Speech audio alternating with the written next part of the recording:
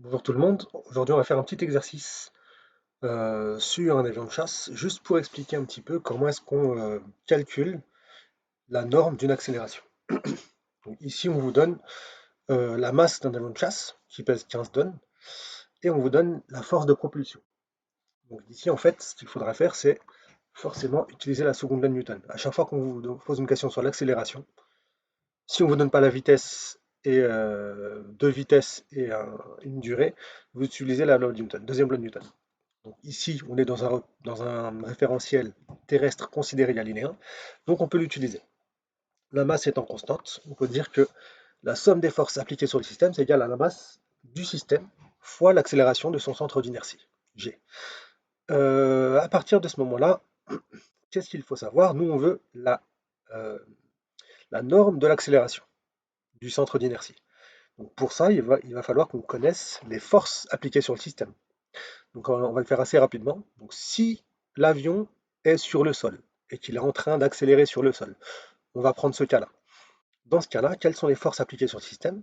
Premièrement, ça va être son poids vers le bas et vertical. Deuxièmement, la réaction du support vers le haut, toujours vertical. Le poids et la réaction du support se compensent. Et la troisième force qu'on va avoir, ça va être la force de propulsion. On va ici négliger les forces de frottement, même si on aurait pu dire qu'on ne les néglige pas. Donc, le poids, plus la réaction du support, plus la force de propulsion. Finalement, comme je vous ai dit que P plus R se compensait, ça veut dire que c'est égal à 0. Il ne reste plus que F. Et à partir de ce moment-là, on a une relation vectorielle où F et A sont collinéaires et de même sens, vu que la masse est non, vu que la masse, pardon, est une valeur positive. Donc la force de propulsion et l'accélération du centre d'inertie du système sont collinéaires et de même sens. Donc on va pouvoir directement calculer la norme. Donc la norme de la force de propulsion est égale à la masse fois la norme de l'accélération. Et là, on n'a plus qu'à isoler A, c'est F sur M, et tout faire le calcul avec les bonnes unités. 150, c'était en tonnes, il faut le mettre en kilogrammes, donc 150, je dis n'importe quoi, c'était en kilonewton, pardon. Donc en newton, ça va être 150 fois 10 puissance moins 3, fois 10 puissance 3, je dis que des bêtises.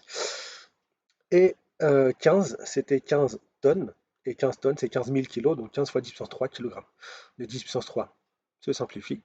Il nous reste 150 divisé par 15, ça fait 10 mètres par seconde au carré. Donc ici, ça voudrait dire que l'accélération de l'avion de chasse est de 10 mètres par seconde au carré. Ça veut dire que toutes les secondes, sa vitesse augmente de 10 mètres par seconde.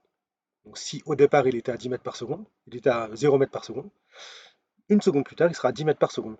Encore une seconde plus tard, 20 mètres par seconde. Encore une seconde plus tard, 30 mètres par seconde, etc., etc. Donc voilà pour cet exercice. J'espère que ça a été assez simple pour vous. Et on fera d'autres exercices un peu plus tard. Au revoir.